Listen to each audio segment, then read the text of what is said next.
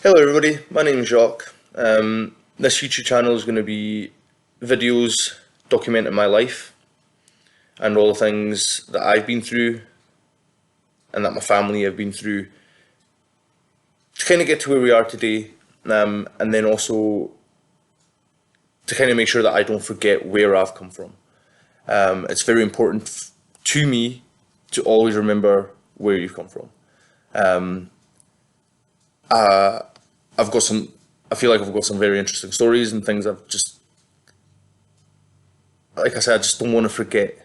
And there might come a day that I suffer from some kind of illness where my memory might not be what it used to be, and this would help me recall some of the good times, the bad times, and just my life in general. So where to begin? I'm 27 years old. I live in Scotland. I was born in South Africa, which makes me a South African citizen. And my name is Francois Jacques Van Rooyen. The Van Rooyen part being very Dutch, and the Francois Jacques being very French.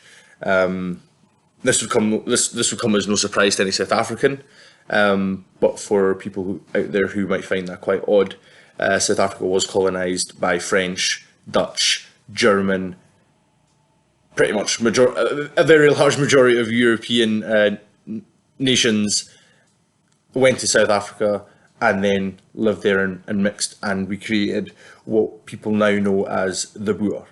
And we created our own language, and South African history moved on from there.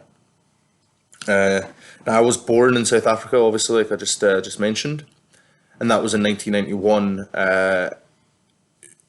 Which was very close to the end of the apartheid era. Apartheid, for those who don't know again, is a time in South Africa where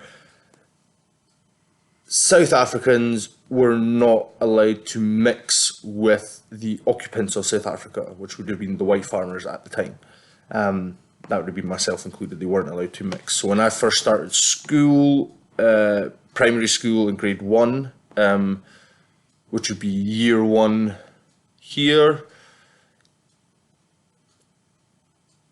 there were basically no black kids in my class at that beginning point. So that's how apartheid worked. There were no black kids in my school at that point.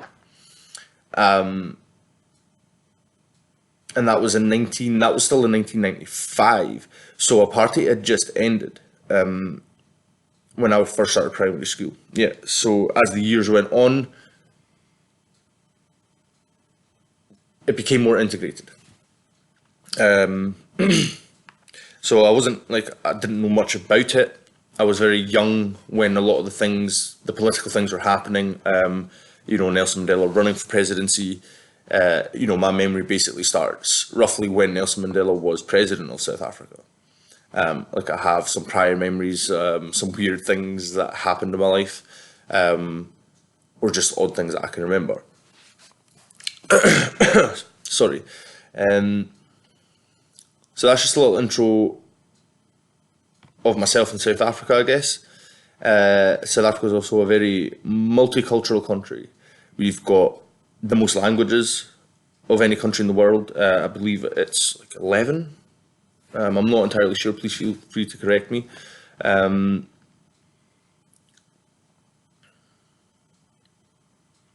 Yeah, it's a very interesting country. Like I struggle to find the right things to say about it sometimes, because it's beautiful, it's breathtaking.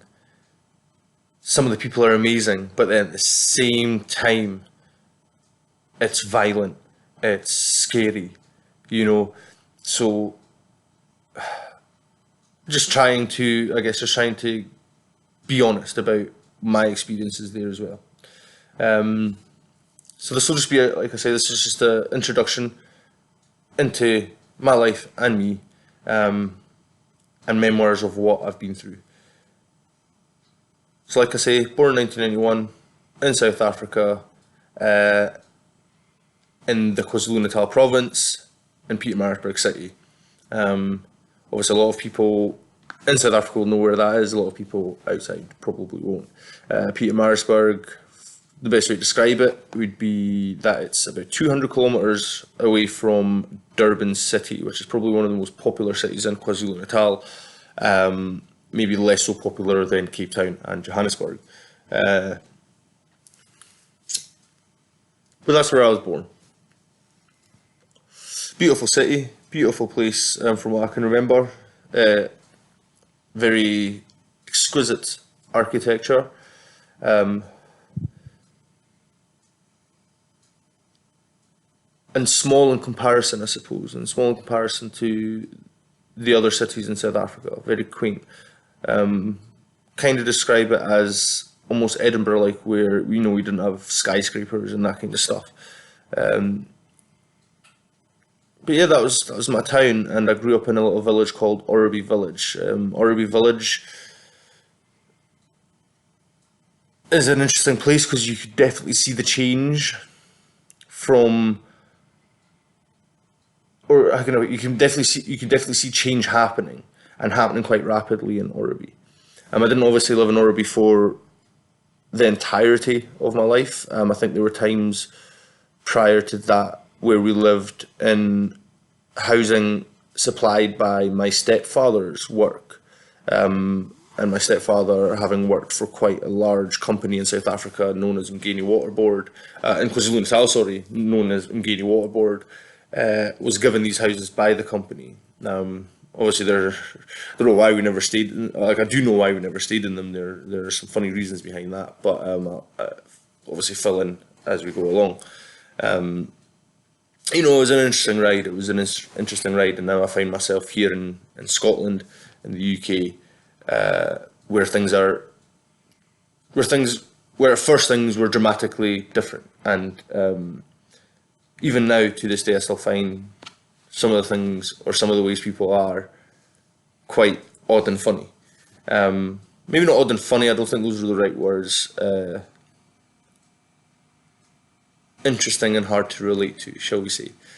So yeah, I think that'll do for now. And we'll get back with another video, and we'll start off at the beginning. It'll be an episode based on my mother and my real father, and some of the things that they went through in their history. As again, this is important for me to remember. So thank you very much for watching. If you have, feel free to subscribe, add any comments on, or if you have any questions, please feel free to throw them down below, and I'll get back to you as soon as I can. Thank you now. Bye.